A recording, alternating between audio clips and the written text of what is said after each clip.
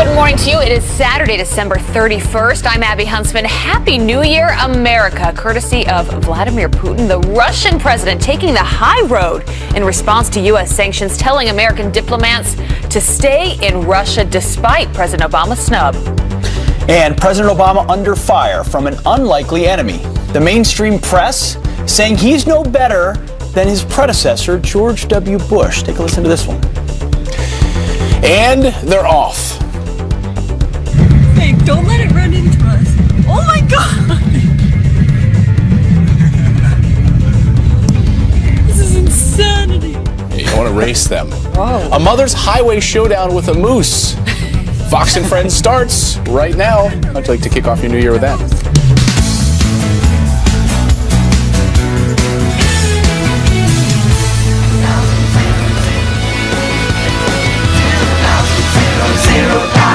Going to be so calm. They're expecting how many people in Times Square tonight? Do we know? I don't know. Like 800 million. Is it 800 million? It's out of control. I was Even gonna Rick say Reichmuth million. is there right now. He's standing by at the ball getting a Braving it preview. this morning He'll with be all there. those people who are not there yet. Rick, is anyone in nice Oh, glasses, man? wow. Is anyone there yet besides you? Look at that. He's not Just even... me, and I'm regretting. I have so many regrets this morning already. So many. How is that different than normal?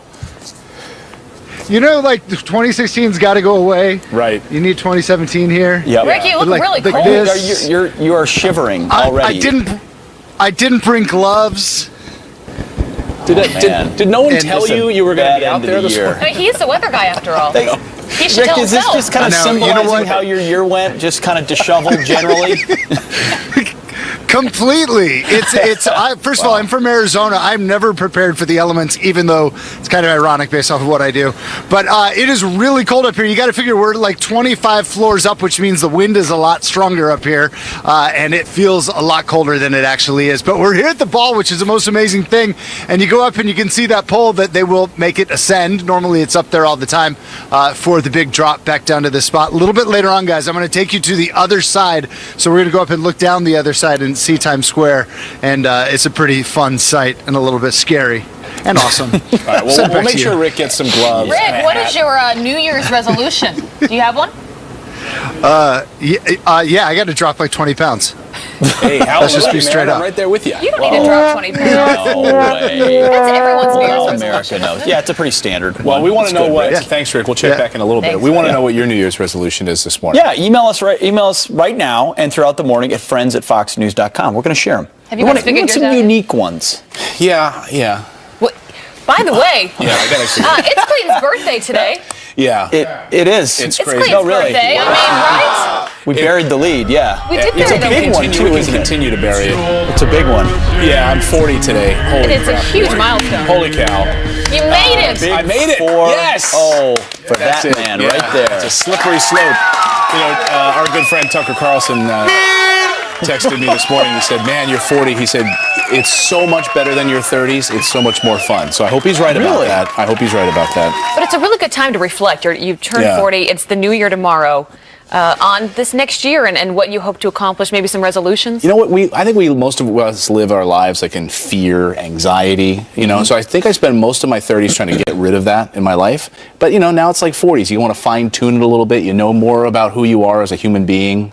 You know, you're not so, when someone tells you, hey, you want to go out to dinner at 10 p.m. on a Thursday night? Like, no, I don't like doing that. I'd rather be home sitting. So you kind of dial in who you are as a person a little bit. So And I'm looking you don't forward feel to as it. bad about saying no. No, exactly. So, like that. yeah, we'll try to Comfortable in bury your this own birthday skin. stuff through the rest of the show.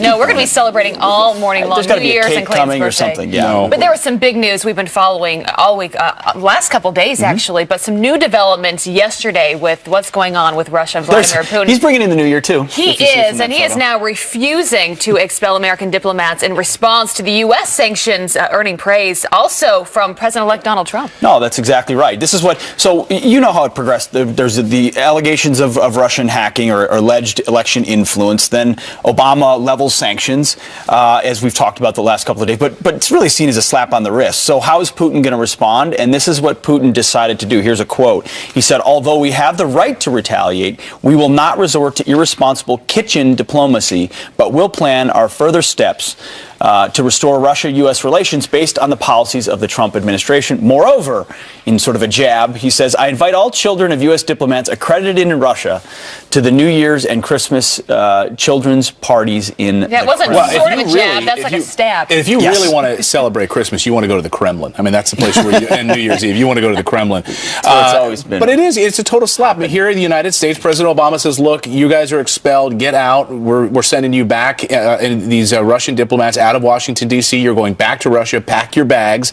And Vladimir Putin saying, you know what, we're not going to get involved in this little tit for tat. And he also went on to say, you know, I'm looking forward to relations with the Trump administration. So Donald Trump responded with this tweet yesterday. He said, great move on delay by Vladimir Putin. I always knew he was very smart. And then he said this, Russians are playing CNN and NBC News for such fools. It's funny to watch. They don't have a clue. Fox News totally gets it. So what is he talking about here? I think the broader question is about this hacking issue. So this whole move by the president is based on really a ridiculous report by this joint analysis report that just came out. Very vague. It's very vague, and there's a lot of mistakes in it. And for me, it opens up a whole other can of worms, and it actually makes it more likely that there were third parties involved in this, not the Russian government. And so that's what the move is by Washington, using that report, sending Russian diplomats out of the country. People are saying, show me the evidence. If there really is evidence, then show it to me. Otherwise, what you're seeing from Vladimir Putin is absolute contempt for Barack Obama, this reflection that you're irrelevant. You even have reporters at the Rolling Stone, we'll get to in a minute, had a great article about this as well. People trying to figure out how to cover this. Experts are trying to figure out how to talk about all of this. You had Dr. Sebastian Gorka on Hannity last night saying, I don't want to praise Putin here, but this is a pretty smart move. Here's what he said.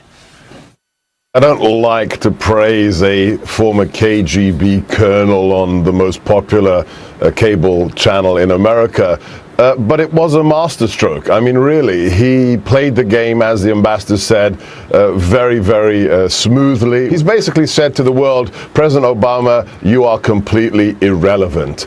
And the truth is, he is. This is a new age after November the 8th. The idea that he plays golf for 8 years and now he decides to do something about Russia, it's incredible. It's truly incredible. Why now?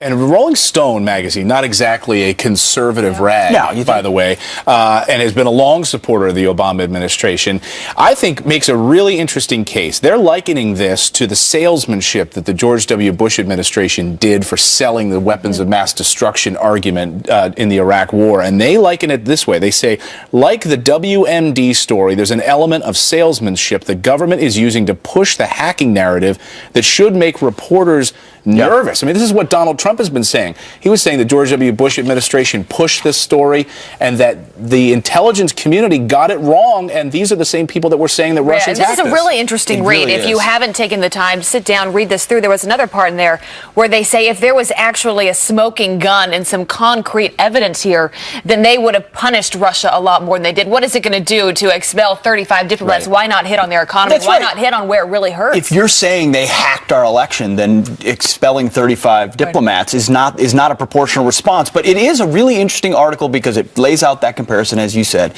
Reporters are expected to have evidence, real evidence, not just take from the government vague accusations and then print them as election hacking, which is exactly what they've done. Exactly. And so they're playing into, but I don't know, we can understand why they will. There's a likelihood to want to believe the Obama administration when they would mistrust Republicans or George W. Bush, but makes it no better. Right, and I think this report, if anything, shows that it was not the Russian government. It shows that it's third-party hackers who have nothing to do, loose ties with the Russian government. So, well, much more on this throughout the show. And if Obama loses the mainstream media, then he loses his constituency. And if you lose Rolling Stone, the only thing left, I don't know, is High Times magazine?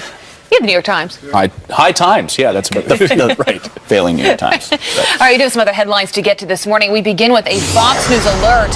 And a massive manhunt is underway right now for a suspected cop killer. Police right now searching for this man, 32-year-old Jason Robison in western Pennsylvania, Huntington County.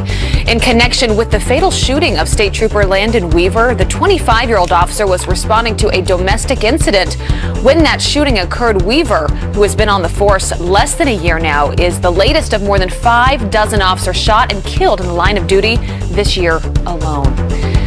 Also developing this morning, first it was the election, now Russian hackers allegedly taking aim at our country's power grid. Malware tied to a Russian hacking group discovered on a Vermont power company's laptop. Burlington Electronic Systems says the computer did not have access to the power grid system itself, but officials say that the attack underscores the need to protect our infrastructure. Other utility companies in the state say they were not impacted by that. And a day at a theme park turns into a frightening 8-hour-long ordeal. 21 people were trapped 125 feet up inside a California tower ride. Rescue crews forced to intervene when park engineers couldn't get the ride moving. Firefighters lowering the riders down by rope one by one. As you can see there, the ride at Knott's Berry Farm outside of LA getting stuck at 2 o'clock on Friday afternoon, with the last passenger safely reaching the ground by 10 at night. That's a long day for some people. And we are on Eagle Watch, as we were yesterday morning as well. Pete, you remember this? 2 eaglets set to make their grand debut. Tens of thousands of people glued to this live eagle camera out of Fort Myers, Florida. Yesterday, a hole appeared in one of those shells, giving everyone just a tiny peek at the eaglet trying to break out. The baby bird could fully hatch any minute now. We are obviously going to keep a very close eye on this. If it breaks, you know when sometimes we put the live shots in the bottom right-hand corner of the screen? Right. Can we just eaglet Like the we're remainder of the going to show? Storm Watch 2016. We'll put the Eaglet Watch. I like that. Let's see if we can get that done. All right, we'll get to work on that. All right, well, remember when President Obama said this back in November? My number one priority in the coming 2 months is to try to facilitate a transition that ensures our president-elect is successful. His number one priority was a smooth transition. But are the president's latest actions with Russia and Israel trying to sabotage the president-elect Trump instead? We're going to debate it next. The Obama administration leaving a lasting impression on the world, the state of the world, snubbing our key Middle East ally Israel and kicking Russian diplomats out of the country. But that has many people wondering, is this really in our country's best interests, or simply a move to obstruct and box in the Trump administration before it even begins? Here to debate it are the former president of Young Democrats of America, Atima Omara, and Republican strategist Adam Goodwin. Thank you both for joining us this morning. Atima, let me start with you. So we went through a list of some of these things, whether it's Russia, whether it's Israel, whether it's refugees, stances that the president has taken recently that are clearly different than what Donald Trump will do. He's pushing it at the last minute. Is he trying to box in the incoming administration? No, I don't see it as that at all. I think that he's just cementing the last of his administration and legacy before January 20th. Obviously, it's Donald Trump's prerogative upon entering office as to, obviously being very different in foreign policy and domestic policy perspectives. And, what he wants to do after that is totally on Donald Trump. But as of right now, the president's just finishing out his term and doing what he sees fit with the situations he's been handed. Adam, Atima says he's just cementing his legacy. What say you? Well, Tima, this may surprise you. I totally disagree with you. I mean, what's happening right now? What's happening right now is President Obama's number one priority is not the transition. It is President Obama and his legacy. He's doing everything he can to cement his worldview and force his worldview once more time on the American people. The problem is it's become not just political, which happens when you have a change of party in the White House. It's personal. It's personal because for the first time in nearly 8 years, he's going to have to give up a piece of borrowed real estate called the West Wing. And what he's doing, Pete, on the world stage, especially with Israel, Israel itself is inexcusable. In forcing for the first time in 40 years a rift between our greatest ally and the United States. I think it is not about this country right now. It's about trying to make sure that his last words are the words that count. Atima, I want to touch on that, on Israel. Respond to him. Oh, yeah, I was just going to say, I find this interesting because, Sean Spicer is, an incoming press secretary for Trump, and he's been very much in the mindset of saying, he's been nothing but gracious in this transition, Obama and his team, that is. And, obviously that the president-elect is going to be proactive. I think that, the President-elect Trump has been so proactive that he's kind of violated, I think, his one president at a time mantra that has been pretty sacred amongst previous previous president-elects before. But I think that for me, when I look at this, and I think most folks who look at this, it's one president at a time. And this is his perspective. Donald Trump is going to be very different when he is president, starting January 20th on his foreign policy, and that's his prerogative to change. We've heard this from critics, one president at a time, but when one president is doing such damaging things like that UN vote or others, how do you not make your voice heard? Well, in 2000, because of the recount in part, there was a relatively smooth transition, so a short one. In 2008, I think owing to George Bush and the class of the Bush family, another fairly smooth transition. This is not smooth. And when it comes to Israel, I'm going back to Israel because it's a great metaphor.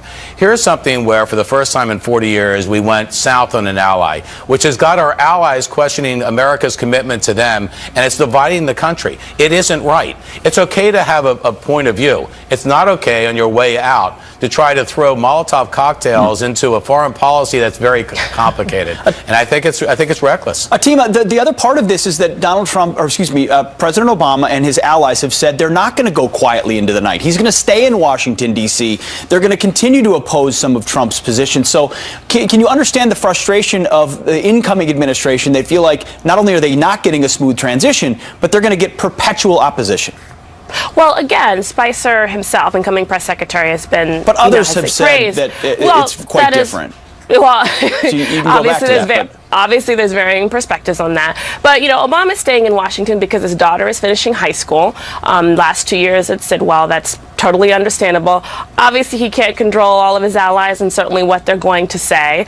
But, if Trump, when he assumes the presidency in January, wants to have some goodwill with his predecessor, and he has said, we have good conversations, obviously not messing with things when it comes to sort of working with foreign world leaders and confusing China or confusing Russia on who is at least president right now, I think is primarily in his best interest. Atima, we're gonna have to leave it right there for the both of you. Thank you for a fair and balanced debate this morning on what the future holds. Thank you both. Happy New Year. Great, thank you. Happy New Year. All right.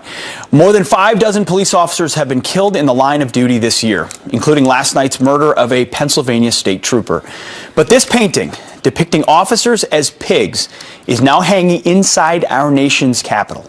Who approved that? Well, we're going to look into that next. And call it the flood before the storm. Hundreds of refugees rushing into the United States before President Trump takes office. And many of them settling in one particular state. We're going to tell you where.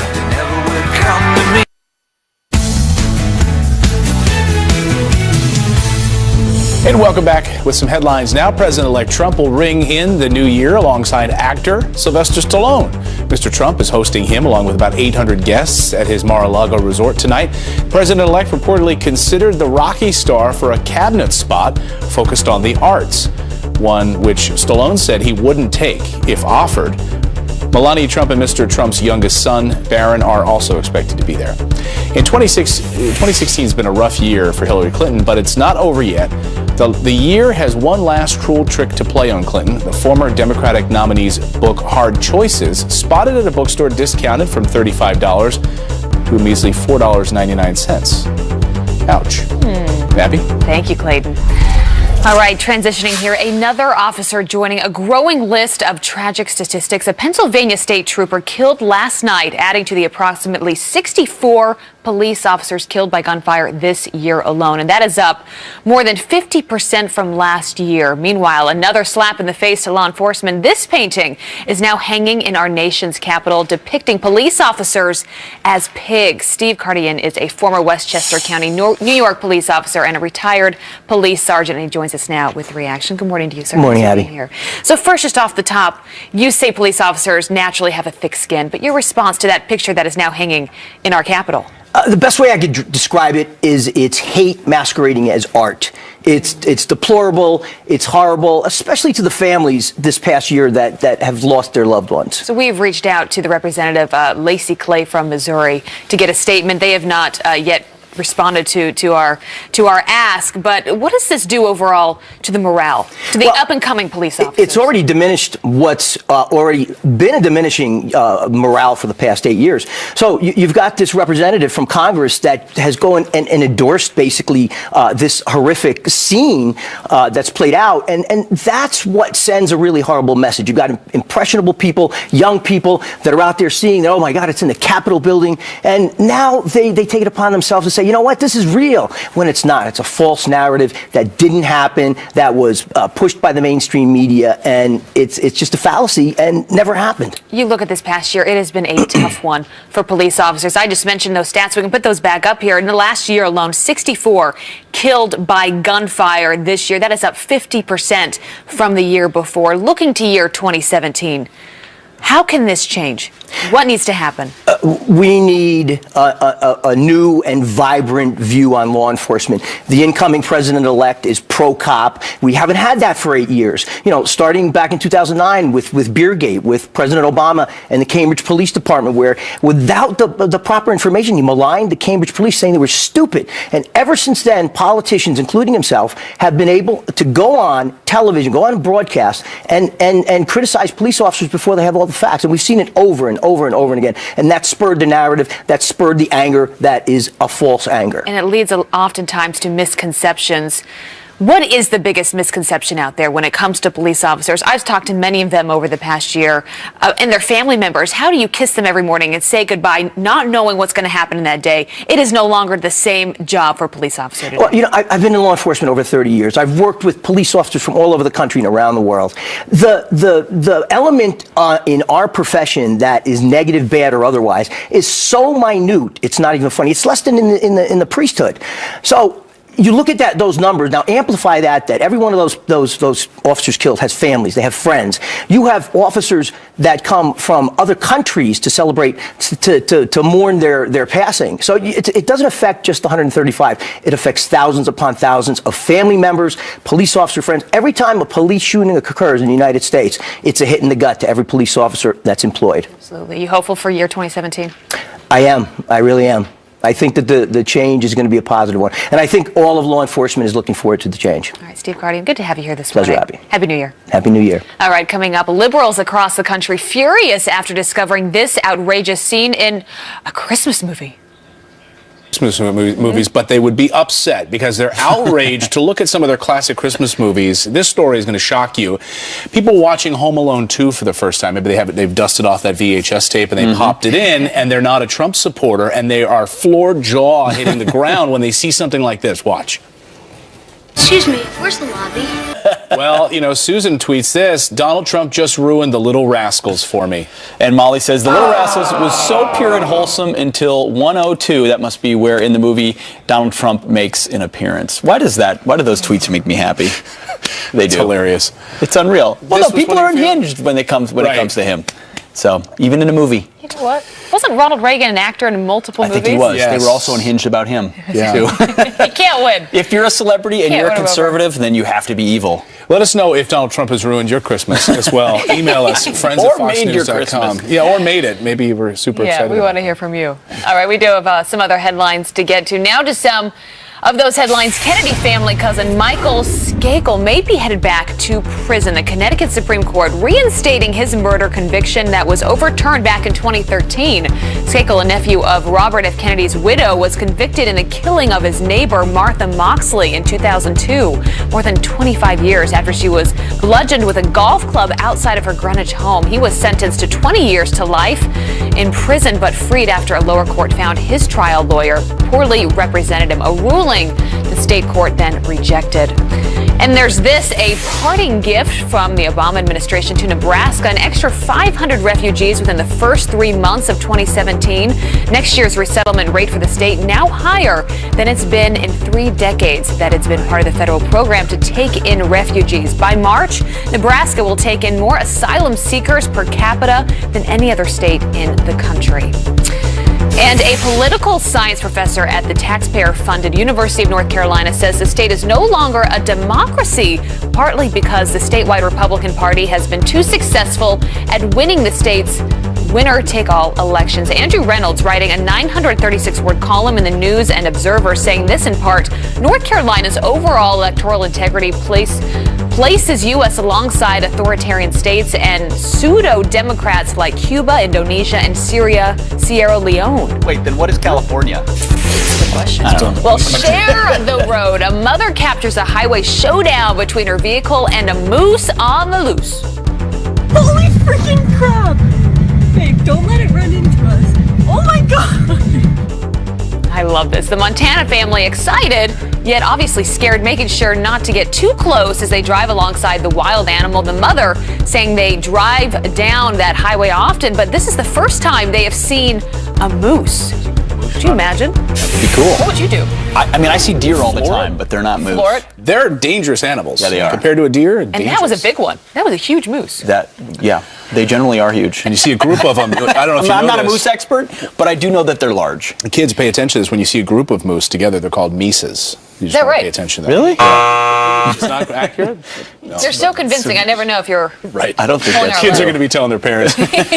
No, that's not accurate. Well, coming up here on the show, from terror to hacking, President-elect Trump faces a series of crises when he takes office. So how will these events play out in 2017? Plus, Hollywood A-listers boycotting Mr. Trump's inauguration based on so-called principles. So why did stars like Beyonce have no problem performing for dictators like Muammar al-Gaddafi?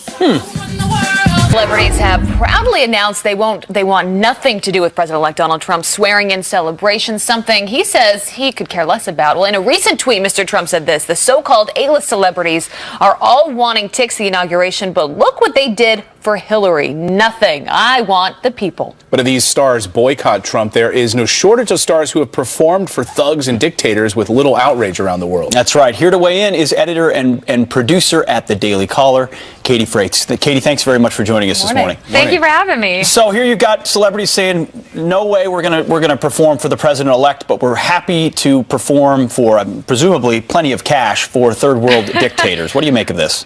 Oh, totally. So I don't want to be cynical, but it really makes it seem like they don't actually care at all. Because you're right, they have this faux moral reason that they can't go to the inauguration, that they don't want to perform for Trump.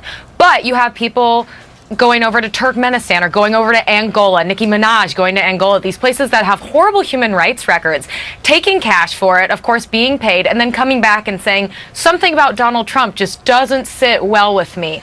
It makes it seem like they don't really care much at all. Well, there are some celebrities that have turned down requests to perform at the inauguration. Right. Elton John, David Foster, Garth Brooks turned it down. Gene Simmons, who said Kiss would be in Europe during the time. Right. Celine Dion, Ice-T, Andrea Bocelli. The list goes on there. Right. Well, an important thing to note about Bocelli is that people descended upon him en masse to criticize him, to say horrible things to him when it was rumored that Donald Trump was going to ask him to come on. So it's a lose-lose for Donald Trump no matter what. The left has set him up to fail no matter what happens. They're going to harass anyone who's considered for the inauguration until they decide not to do it. And then they're going to mock him for not being able to get anyone to come on. And it's kind of funny. I think if millionaires and billionaires and all the celebrities came down to his inauguration, they would say it looked like a coronation, but because he can't get any celebrities to show up, they mock him for it. It's kind of ridiculous. Yeah, maybe you could say they could step up and do this for America, but at the same time, right. To President-elect Donald Trump's tweet, I thought he was spot on that. He did not win based on these A-listers. You think about Hillary Clinton, how many got out to campaign for her, from Katy Perry, the list goes on and on, Beyonce. Do the American people even care that the A-listers won't be there at the inauguration? If anything, that might benefit him. Well, exactly, and I think it's an opportunity that they have missed, that they could have gone to this inauguration, they could have presented their message, it could have been a moment to heal the nation. There's been so much talk about bringing the nation together after all of these divides that were brought out by the election, and instead they're keeping those divides in place and worsening them by telling their fan bases and telling America to boycott the inauguration. Don't turn it on, don't go, don't watch it. That's not going to do anything to bring our nation together. Katie, crawl into the minds of these celebrities, which is a dangerous place to crawl into, but especially Mariah Carey. That's right. What is the moral equivalence of I will perform for the Libyan dictator Gaddafi, who oppresses his own people, had terrible human rights record as you talked about, but I won't perform for Donald Trump elected by Americans in a free and fair election? Why is it reflexive anti-Americanism? Is it partisanship? What is it? I think it's political expedience in that they provide a different set of standards for themselves than they give to, say, American people. A great example of this is Memories Pizza in Indiana. They gave that hypothetical situation that they wouldn't cater to a gay wedding, and everyone lost their minds. But it was based on a conscientious objection to something that they morally felt like they couldn't do. This is the same thing these celebrities are doing with the inauguration. They're saying morally, conscientiously, they can't do this. And in America, you shouldn't be forced to do something, provide a service that you don't want to provide. But it seems okay for celebrities to do it in this sense, but for regular Americans like Memories Pizza to not do it. Well, meanwhile, Jackie Ivanko, who has said she will perform, she was a runner-up in America's Got Talent. She is fabulous. Her voice is unbelievable. And her numbers now, I mean, through the roof. I mean, she is totally benefiting from opportunities. This. Talk about karma, huh? Yeah, well, and good for her. I mean, good for her. And I think she'll be amazing at the inauguration. And there's a couple other people like Jennifer Lopez performing for Turkmenistan's president, who's been accused of running one of the most repressive governments in the world. I mean, the list goes on. Yeah. It's okay for them to go over there and to perform for these despots, but when you're having to perform in Washington, D.C. for Donald Trump, they're not going to do it. Yeah, and I mean, Donald Trump is so much closer to home in that he's going to make headlines. If Jennifer Lopez said she was performing at the inauguration, her fan base would lose their minds. The left would lose their minds. But a lot of them probably also have no idea that Turkmenistan is even a country. So when she goes over there and performs, it's not headlines. No one's reporting on it, so she can get away with it and then come back here and have faux outrage over Donald Trump. That's a great point, and sadly so true.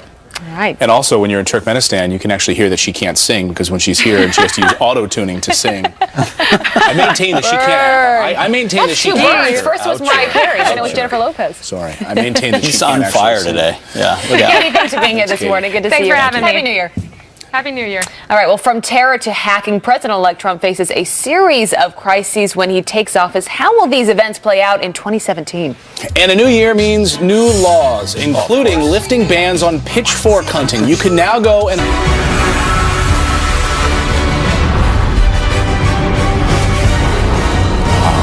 About time to get rid of 2016. It's coming to a close, but many political crises will carry into the new year and the new administration. So how will some of the biggest issues play out in 2017? Here to weigh in is Boston Herald columnist Adriana Cohen. Nice to see you this morning. Happy New Year to you. Happy New Year to you, Clayton. Well, let's start with one of the big problems that we were facing this past year, ISIS. How will ISIS carry over into 2017? How will the Trump administration need to handle this? Yeah, Donald Trump is going to have to take a much more aggressive approach to finally eviscerating this evil because they have now spread their tentacles, their ultraviolet tentacles, into 30 countries. And we saw horrific attacks this year, not only abroad in Turkey, Brussels, and Nice, but we saw it here at home. A radicalized jihadist committed the worst mass shooting in Orlando at the Pulse nightclub. And so Donald Trump needs to get much more aggressive, whether it's militarily, disrupting ISIS's financial pipeline, disrupting its oil trade, or clamping down on the poisonous ideology that ISIS is spreading online. Right. We've seen top leadership killed among ISIS. They're having to come out of their holes, so to speak, and come to the surface for the first time. Do you think the Trump administration will continue to go after the leaders, or do they need to, as you say, go after more of the finance infrastructure? They need to do all of the above. I mean, first of all, Baghdadi is still at large. We definitely need to continue to take out its top leadership. But the social media, the spreading of propaganda online is extremely dangerous because every time our military takes out a soldier on the battlefield, if they're just going to recruit 5 or 10 more online, we're going to end up nowhere. We're going to be like spinning in a wheel. So we have to, I think Donald Trump is going to have to work with the social media giants like Facebook and Twitter and others to really get much more aggressive in clamping down the propaganda that's spreading online like wildfire. It's very troubling. Right, getting these lone wolves in different countries. What about police officers killed in the line of duty? We saw, just a tragic year for police officers. What are we going to face in 2017?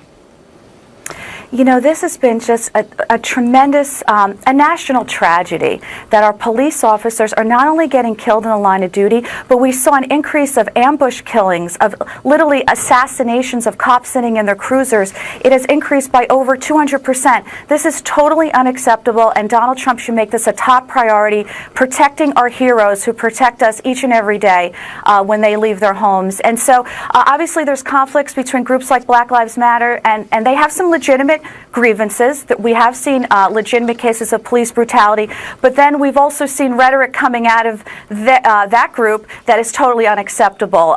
So Donald Trump needs, and community leaders need, to bridge the divide between these two, but most importantly, to protect our police officers. Yeah, we saw all these protests, of course, this year as well, people taking to the street, and a lot of times falsely. What they were, right, laying claim to police brutality ended up in it not being the case at the end of the day. How does Donald Trump bridge that gap in the community? We know that he's got people he wants to go into these communities and actually work with them. Do you think he'll be able to do that? I hope so. Somebody must. We desperately need leadership here because, and community leaders, of course, need to step up and do more. But, I understand. I think people just need to understand that two wrongs don't make a right. Even if some police brutality exists, people like Black Lives Matter need to understand that most police officers are good.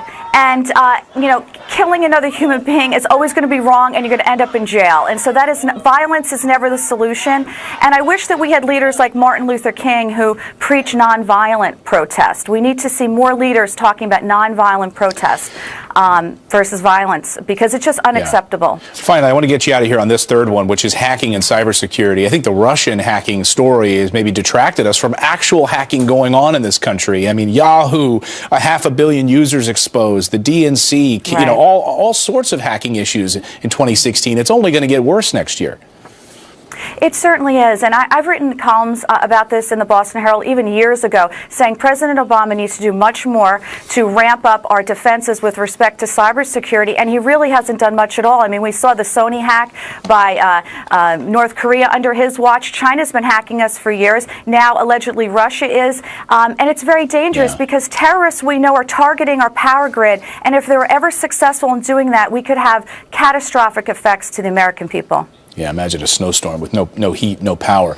Adriana, great to see you this morning. Thank you so much from the Boston Herald. We appreciate it. Happy New Year. Great to be here. You too. Thanks.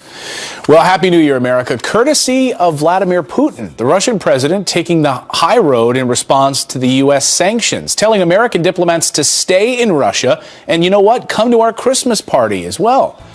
And they'll be ringing in 2017 live here on Fox News, those guys. But first, Eric Bolling, Kimberly Guilfoyle will be